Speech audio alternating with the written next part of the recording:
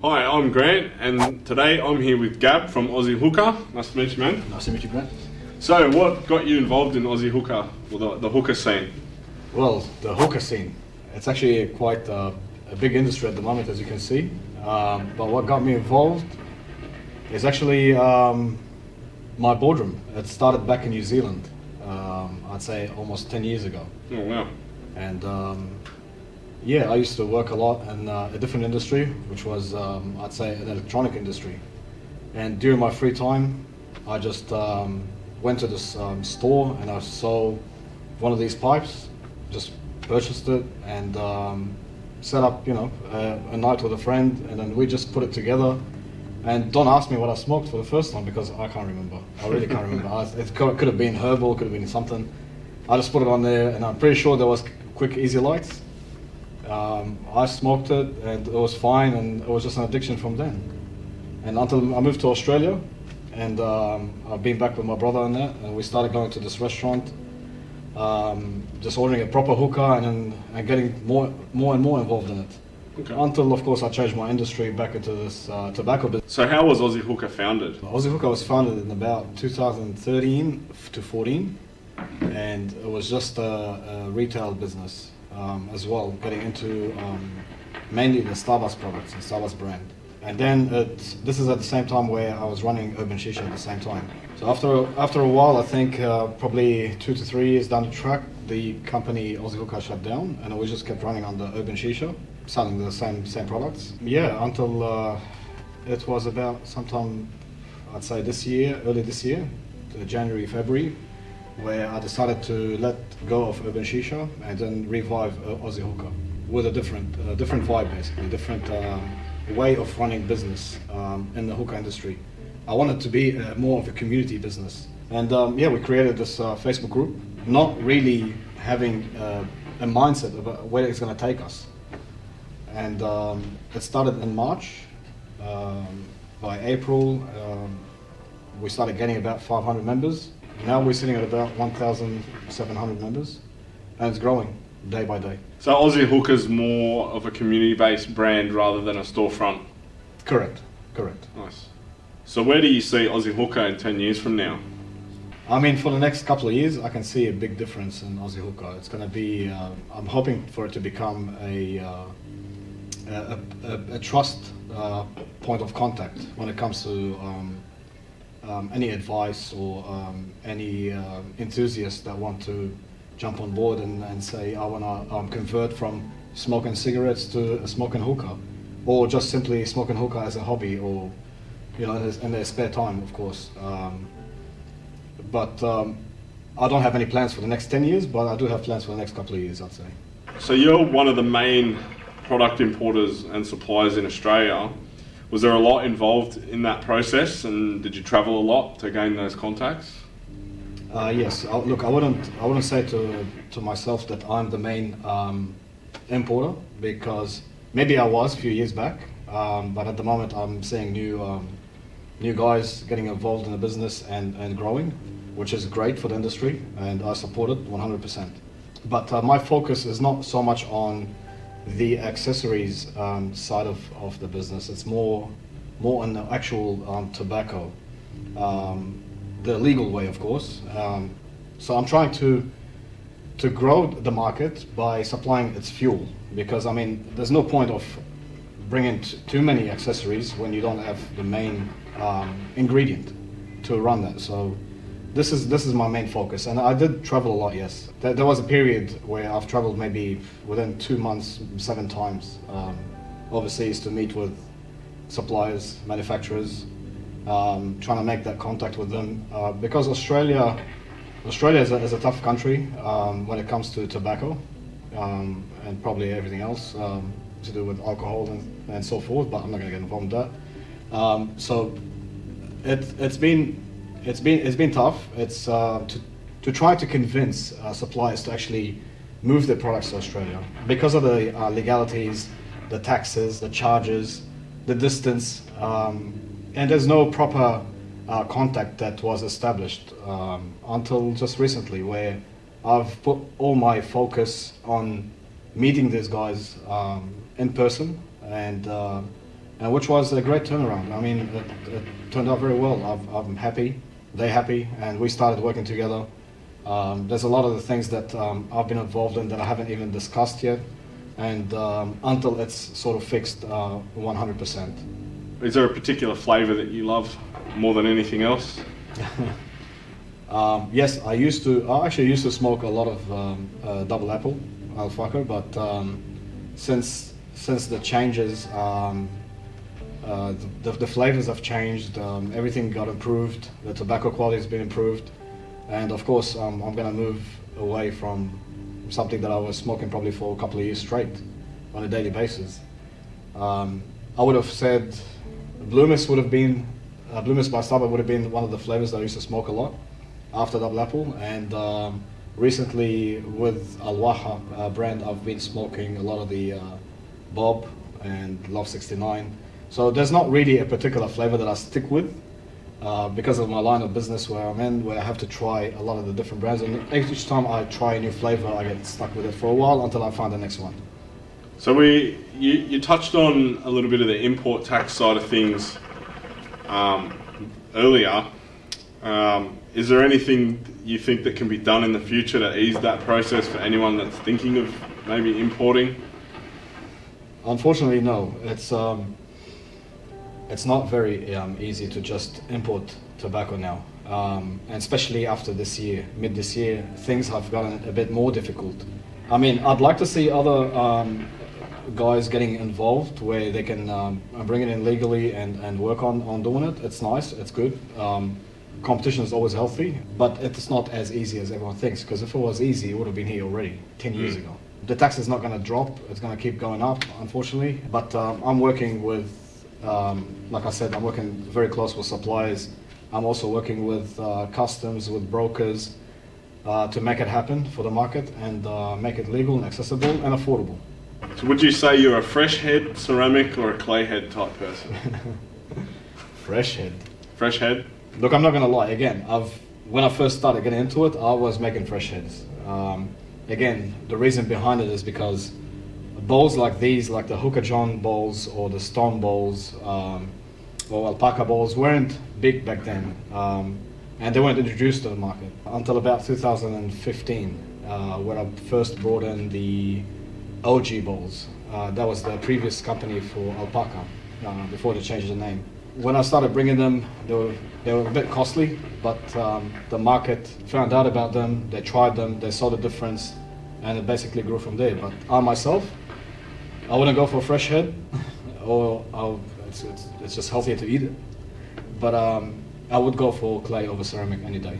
So for someone like me, I'm not really big into shisha. Can you explain what a fresh head is? Yeah, fresh head is a type of fruit that you can pick from generally restaurants and cafes use fresh head. It's the convenience and the look of it, and of course it's a bit cost effective than spending money on a proper bowl, and if it breaks and then they have to buy it again. I wouldn't recommend it. It still works, don't get me wrong. So what age did you get into hookah, and how did you learn? So like I said before, I've been into hookah for about 10 years now. So 10 years ago, which I was 25 years old.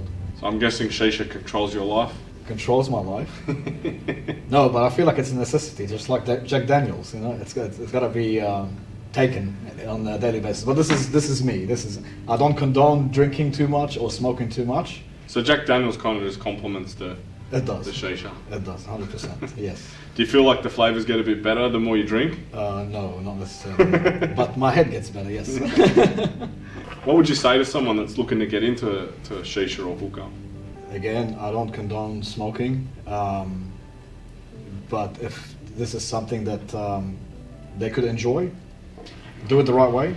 Don't take shortcuts, and choosing your hookah, your setup, or your flavor or your coal, because these are the main factors of enjoying a proper session. Like I was saying before, I'm not really big into hookah.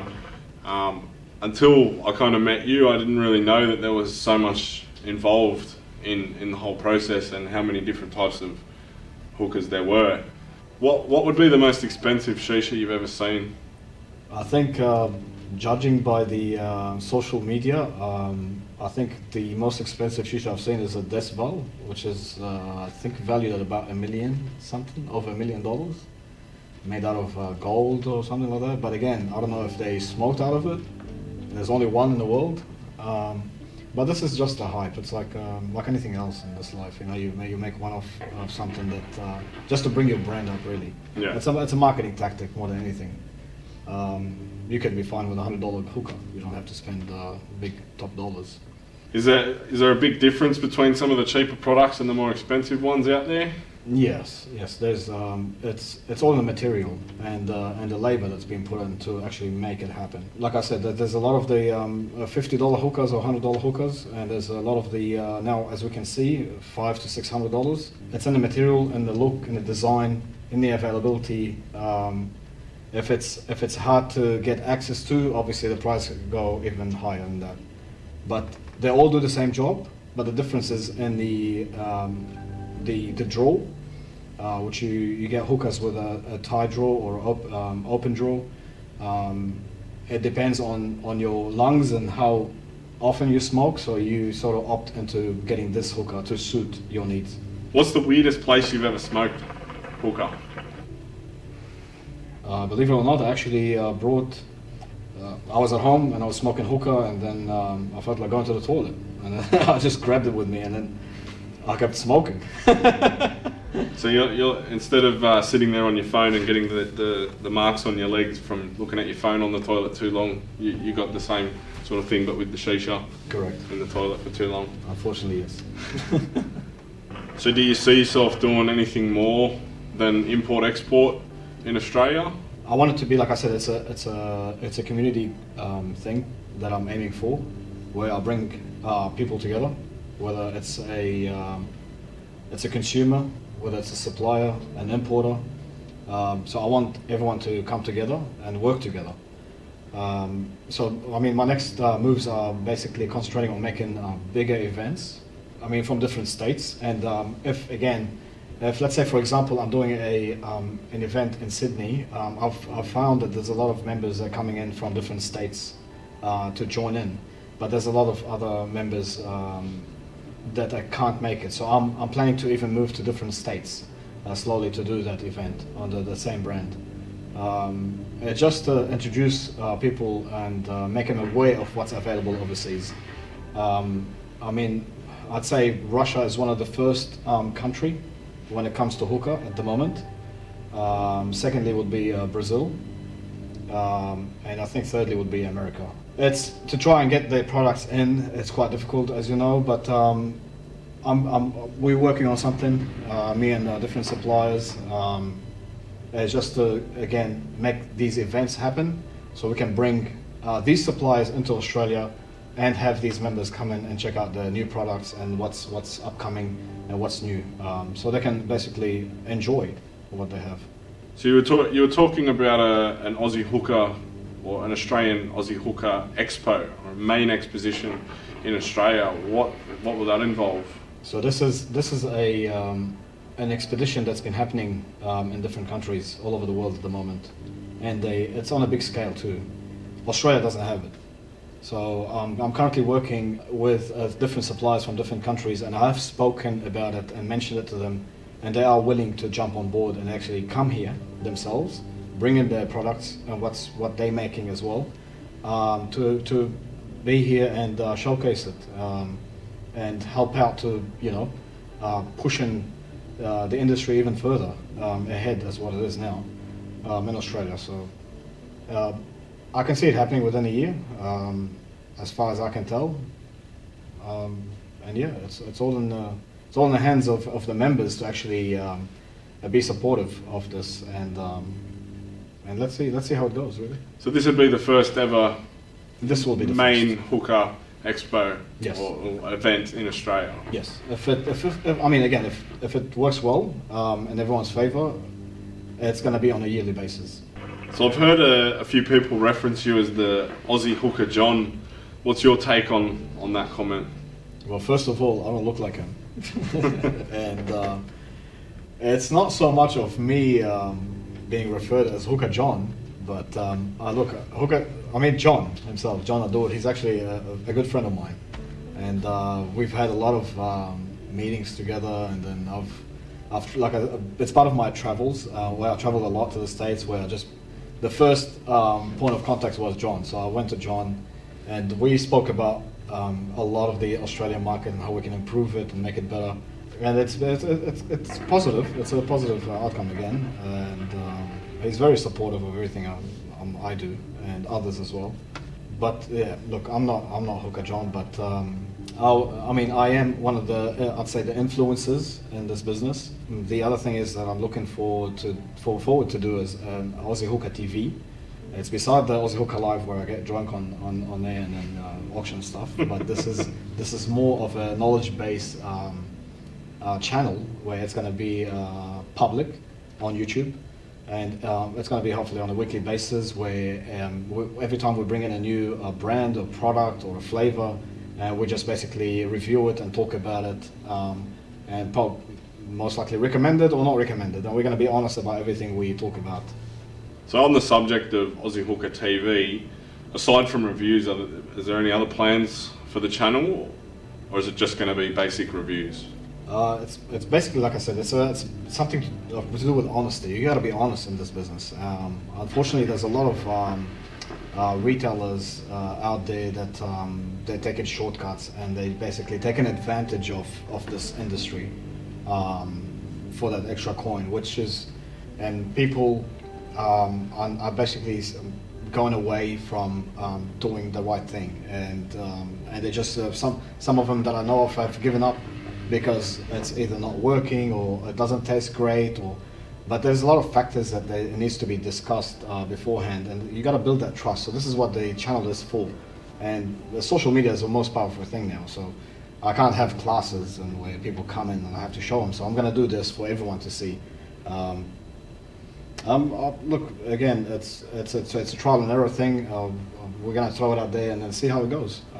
So basically, you kind of want to weed out the dishonesty amongst the market. Yes. That some retailers put out there. Yes, correct. We just gotta showcase everything that the world has been offering for the past 5 years. Because it's like that in a lot of retail. A lot of the time, unfortunately, they're all about money when it comes to those sorts of things. If they're lost on a product, they'll just throw what they've got at someone. They won't really teach them how to pack the heads properly, or how to put foil on, or light the coals, or what coals to get. That sort of thing. They just try to push out every bit of product that they've got. That's right. And it's very unfortunate to see. It's because of the accessibility of getting good quality products, and that's what we're here for. That's why we exist. Is to show that look, there's a way to do it, a way you can enjoy it, and it's a recurring business. So without that, the business doesn't exist anymore. We might as well just close it all off and then go on. So there's been a lot of talk about the brand Azure and it being big in Australia and not being big in Australia. What's the story with that? Well, Azure, this is one of the biggest companies that I've been working with very close. Azure, it's basically a franchise in Australia, which we are doing everything legally and by the books, and we're working very close again with customs, with the ATO and with the health department. So they're very aware of what's going on, but the legalities of things behind it is quite difficult. It needs, there's a lot of paperwork, there's lawyers involved, and it's something new to the country. It's never been done before. So hence all that delays that's going on for the past few months. But I can rest assure you that by January, that should be a big launch on the Azure. We are starting with 20 flavors, and we're just going to grow from there to 40 to 60 and so forth within the year of 2020 that's coming up. At the same time that I'm talking about Azure, there's also other brands that I'm not going to mention yet, but we are working with them as well to bring everything legally within plain packaging to satisfy the health department. Because again, these guys here, they're not one department that you're working with. We're actually working with different people. So when we send something to one department, they have to send it to another, and then they send it back and they send it back to me. So there's a lot of going back and forth to make things work in this country. But it is going to happen. We've invested a lot in this, time, money, families. They don't really see me as often as they used to because of what I'm going through at the moment. But it's gonna be a good outcome. It's gonna be positive, and I'm hoping the community will like it, and then we'll just go from there. So are you planning to supply more to retailers, or are you going to keep it more under one roof sort of thing? At the beginning, it's going to be under the brand Ozzy Hookah in the beginning. But I have plans for supplying wholesale to all the licensed tobacco stores, because there's a gap in that market where a lot of the tobacco stores that are part of a franchise group, let's say TSG or King of the Pack and so forth, that they have cigarettes, they have pipe tobacco, and they have loose tobacco. But there's that gap where it's missing the shisha tobacco. So I'm hoping to break into that market where I can have these stores to have it on the shelves and sold legally. And then again, we'll see how it goes as well. So I think that's enough legality talk for the day. I think it's time we get to know you a little bit better. So what's something you like to do in your free time? Well, in my free time, I like to have a glass of Jack Daniels, watch a movie when I get the time, and just hang out with friends. Yeah, there's not really much at the moment because my concentration is all a bit on the business and the industry and to grow it. And we'll see in the 2020 what hides for me. Is there any particular movie that you're into at the moment, or TV series? Yes, I am. I think Money Heist. I'm waiting for the next season at the moment. Money Heist. I don't think I've seen that. Are you missing out? I'm missing out. All right. Do you like pickles on your burgers? Hell yeah. Good stuff. Extra pickles. Extra and pickles and jalapenos. You do like pickles on your burgers? I love pickles anywhere. Not just the burgers. Not just in a burger. Give me a pickle anytime. Maybe put it on a fresh head. That'd be an interesting concept, a fresh head pickle. What about Lebanese cucumber? No, as a let's fresh not head. go there. Yeah, that's misleading. What's with all the tribal tattoos? I mean, you don't look Maori. No, but I've got a bit of New Zealand in me. And it's because I lived there for almost 14 years. And when I decided to move from New Zealand, I decided to actually take something with me. And I'm actually against tattoos, but when I wanted to do something small, but when I saw this art, this Maori art, I actually fell in love with it, and I just applied it. So that's your little coming or leaving the country piece. A bit of a reminder that, yes, where you came it's very unfortunate that I haven't been back there in the past, I think since 2011. So were you born in New Zealand? No, I'm actually born in Beirut. Beirut? Yes. And I'm part Lebanese and I'm part Iraqi. So I hear a lot of terminology, shisha, hookah, argile. What do they all mean? Look, it's all relates to the same purpose, but I mean the definitions are a bit different in different countries. It's what's sort of easier to say. It's a slang. It becomes a slang as well. But in reality, hookah is actually the unit that you smoke from. The shisha is the actual tobacco, the flavored tobacco. But there's a lot of people here because, again, that's because they're not being taught things about it. They just sort of define it by, shisha, I want a shisha. But in the English world, it's actually it's a hookah unit and a shisha in the actual bowl. So I hear a lot about cracking coals. What's cracking coals? Is that where you throw it at someone's head and it cracks their brain, or? No, close enough though. But no, it's actually look, crack coals. I mean, coals crack. It's regardless. It doesn't so much crack as in like crack and splits in half and then so sort of that bad terminology. But there are cracks that happens in the coal. Of course, depending on the manufacturer and how it's manufactured, and the weather conditions as well affects that during manufacturing. So when you apply straight away too much heat on it, the coal tend to split It's the split more than the crack. But again, it doesn't affect the actual taste or the longevity or the amount of ash they sort of produce. But it has been a good outcome for that, talking about crack coals, because crack coals has actually boosted business, decreased business on the coal, and at the moment we have more orders coming in from the suppliers to supply the Australian market. So is cracked coals a good thing then? Yeah. Or has it driven people to a better quality product? I mean, it's a good product regardless, cracked or not cracked.